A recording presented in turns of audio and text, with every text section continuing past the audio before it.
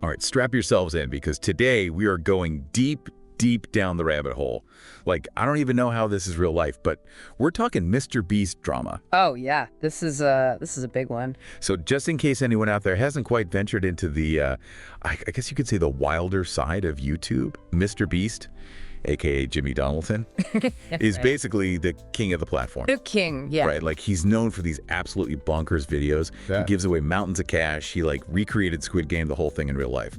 Oh, and one time he actually gave a pizza delivery driver a house as a tip. Yeah, no small potatoes with this guy. No, not at all. But recently things have gotten a little messy, to say the least. Some pretty heavy accusations have been made against Mr. Beast. Yeah. We're talking faked videos, unsafe working conditions on his Amazon Prime show, Beast Games. And to top it all off, some, let's just say, not so politically correct jokes from his past videos have resurfaced. It's a lot. Oh, and as if all of that wasn't enough to make your head spin, another YouTuber popped up, a guy who goes by Dogpack, claiming that he's going to expose Mr. Beast's wrongdoings. And that's where things really went off the rails, because then Dogpack becomes the center of his own controversy. Like drama inception, like every time you think you've hit the bottom, there's another layer. Exactly. So today, we're going to try to untangle this whole mess. We'll break down who Dogpack is, exactly what he's accusing Mr. Beast of, and of course, how Dogpack managed to end up in the hot seat himself. It's a journey. Buckle up. So first things first, who is this Dogpack guy? Well, his real name is James Dawson, and he actually used to work for Mr. Beast. Oh, really? Yeah. Though exactly how long he was employed there is, let's say, up for debate. Interesting. He put out these 2 videos, and man, they went viral. Yeah, I saw those. And they basically outlined a whole laundry list of accusations against Mr. Beast. Okay, let's get into the juicy stuff. What exactly was Dogpack claiming? Well, some of it was pretty wild. Like, he accused Mr. Beast of faking video content and rigging challenges. Oh, wow. So like that feel-good moment where someone wins a car is all staged. My heart can't take it? Yeah. But a Mr. Beast employee actually came out and said that any editing that might seem misleading was just for safety reasons. And that everything did actually happen as shown. All right, well, point for Mr. Beast there, I guess. But wait, Dogpack didn't stop at just faking videos, right? Oh no, he went much further. He actually accused Mr. Beast of running illegal lotteries that specifically targeted children. What? No way. And he even used video clips as proof. Oh, sneaky. Yeah, but get this. Those clips were cut off right before Mr. Beast mentioned that you could actually enter the giveaways for free. Ah, so it wasn't technically an illegal lottery.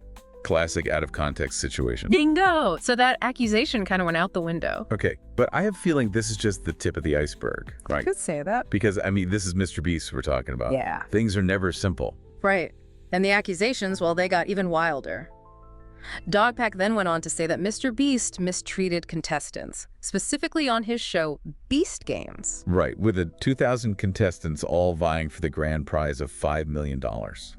Which, let's be real, sounds kind of crazy to begin with, right? A little bit, yeah. So what kind of mistreatment are we talking about here? Okay, so according to Dogpack, we're talking unsafe working conditions, injuries, not enough food and water, Wow. and contestants allegedly having trouble getting access to medication. Oh, come on, seriously. I know reality TV is known for being cutthroat, but that's next level. Yeah, it's a lot. And these weren't even the most dramatic claims. Dogpack went on to allege that Mr. Beast knew about a registered sex offender working on his team. Hold on a second. A registered sex offender. That's what he said. And this guy was supposedly even nicknamed Delaware because he couldn't actually enter that state. Jeez. And what, Mr. Beast just like turned a blind eye? Well, according to Dogpack, Mr. Beast actually tried to get the guy removed from the sex offender registry. Wait, what? But that obviously didn't work. So in the end, his manager just had him removed from the company. Okay, so if all of this is true, that's incredibly messed up. Yeah. But wait, Dogpack didn't stop there. He ended his second video with a cliffhanger, right?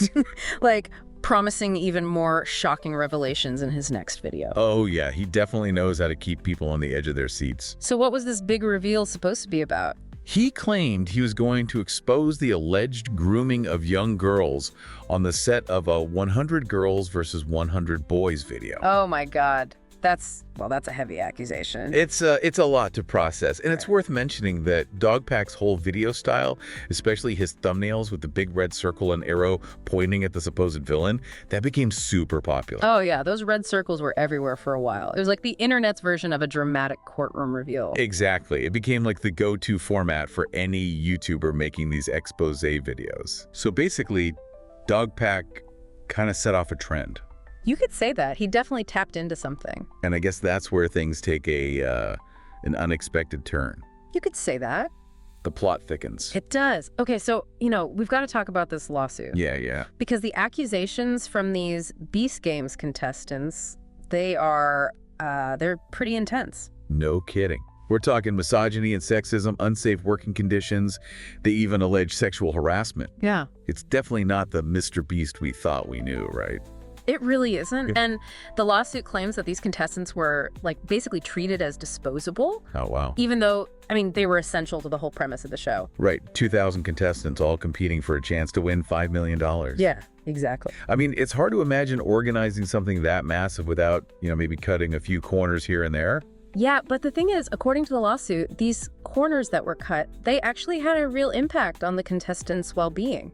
Oh, so it's not just the food wasn't fancy enough. We're talking actual, harmful stuff. Exactly.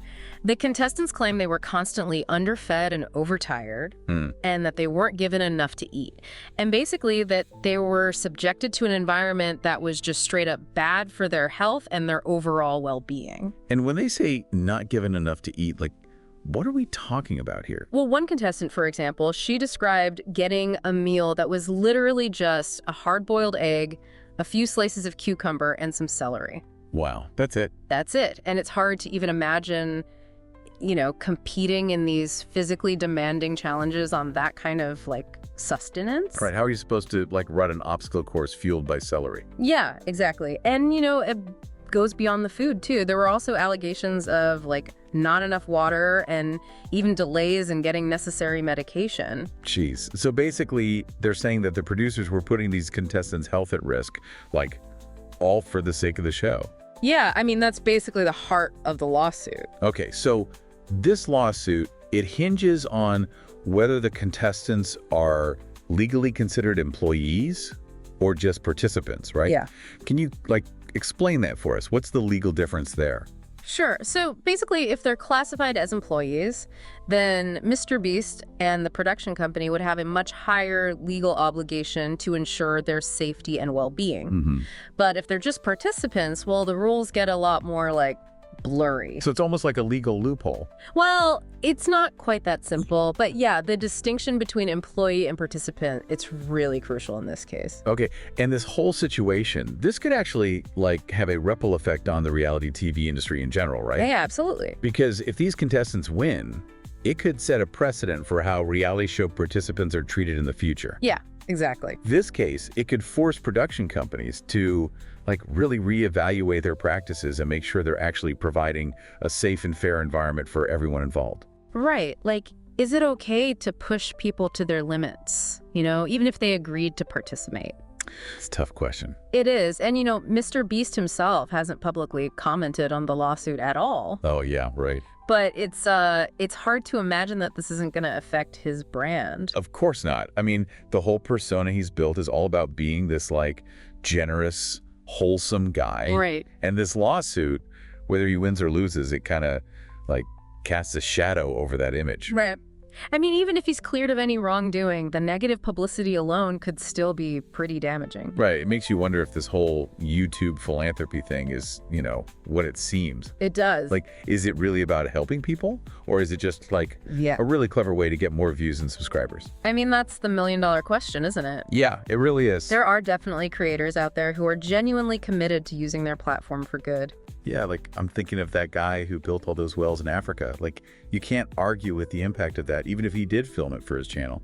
Right, but then there's also a lot of what we call performative philanthropy, which is basically, doing good deeds, but really it's more for appearances than for actual impact. Oh, I like that term. Performative philanthropy. Yeah, it's kind of like instead of donating to a cause you genuinely care about, you just film yourself handing out money to homeless people for your vlog. Oh, yeah, I see what you mean. Thanks. Like the focus is on how it looks rather than the actual act itself. Exactly. And with Mr. Beast, you know, it's hard to ignore the fact that his philanthropy is like a huge part of his brand. I mean, he's made a fortune by giving money away in these like super elaborate, over-the-top ways. Yeah, I mean, it's a clever strategy. No doubt about it. It appeals to people's like desire to see good things happen in the world. Exactly. And it makes them feel good about themselves for watching. Yeah, there's that feel-good factor. But when you have accusations like these swirling around, it makes you wonder, you know, is the philanthropy genuine, or is it just a calculated move to like boost his image and his bottom line? Yeah, it's hard to say for sure, and it definitely puts his audience in a tough spot. Right. Because on one hand, they love his content, right? Yeah. And they love the positive message that he promotes. But on the other hand, they're now confronted with these allegations of, you know, exploitation and mistreatment. Major cognitive dissonance. Exactly. And this whole situation really highlights just how complex online fame is and how like blurry the lines are between entertainment and, you know, social responsibility. It's a lot to think about. It is. Because it's not just about Mr. Beast anymore, right? It's about this whole ecosystem of YouTubers and influencers who have built their careers on similar models. Exactly. It's like it raises questions about the ethics of this kind of content and the responsibility these creators have to the people that they involve in their videos. Right. Like at what point does the pursuit of views and subscribers cross the line into exploitation? That's a big question. It is a big question. And, you know, how do we as viewers navigate these like ethical gray areas? That's a tough one. I mean, it's hard enough keeping up with all the drama, let alone trying to figure out the morality of it all. It is. It really is. And those are questions that we need to be asking ourselves, you know, as we consume and engage with this kind of content. Because the Mr. Beast drama, for all its craziness, it's really just a symptom of a much larger issue, which is the unchecked power of online influencers and the need for greater accountability in the digital world. I think that's a really good point. Thank you. Okay, so that's Mr. Beast and this like whole Beast Games situation. But we also need to talk more about Dogpack. Right, him too. Because as we mentioned earlier, you know, this guy, he went from being hailed as a truth teller to facing his own wave of scrutiny and criticism. Yeah, he did. Yeah, it almost feels like a cautionary tale, right? Like Dogpack set out to expose Mr. Beast, but then he ended up having his own credibility, like go up and smoke. It really is. And his situation, I think, brings up some interesting questions about the nature of exposing people online. Yeah, like where's the line between, you know, holding someone accountable and just like straight up trying to destroy them? Right. It's a very slippery slope for sure. And in Dogpack's case, well, it seems like he might have gotten a little caught up in the drama, maybe even embellished some of his claims just for the views. Which is like the ultimate irony, right? Considering that's exactly what he was accusing Mr. Beast of doing. Exactly, yeah. It's this whole tangled web of accusations and counter accusations. And honestly, it can be really hard to know who to believe. Yeah. But I guess that's just the internet in a nutshell, right? Like anyone can say anything and it can spread like wildfire, whether it's true or not. It's true. I mean, it's the double-edged sword of social media. It can be an amazing tool for holding people accountable, but at the same time, it can also be used to spread misinformation and like completely ruin reputations. Okay, so where does this leave us? We've got Mr. Beast facing these serious allegations. Dogpack's credibility is basically shot. And a lot of people, I think, are just left wondering what to believe. Yeah, it's definitely a mess. There's no doubt about that. And I don't think there are any easy answers here. Like, there's not a clear good guy or bad guy in this situation. Right. But that's kind of what makes it so fascinating, isn't it? Yeah. It's like a real-life drama unfolding right in front of us on a global stage. I think that's a good way to put it. And it's a really good reminder that, you know, the internet is a complex place. It's chaotic. And we need to be really careful about the information we consume and the people that we choose to trust. Yeah, for sure. Because at the end of the day, we're all just trying to figure things out. We are. One viral video at a time, I guess. I guess so.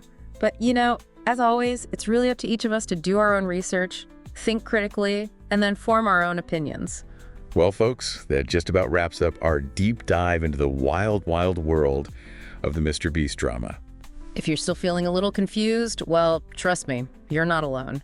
This is one rabbit hole that just seems to keep getting deeper and deeper the further you go. But hopefully this deep dive has given you, at least a better understanding of who the key players are, what the accusations are, and just how complex this whole situation really is.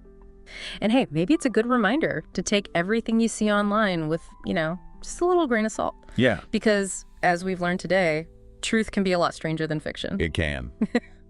Especially when it comes to the world of YouTube. Thanks for joining us. Until next time, stay curious, and as always, question everything.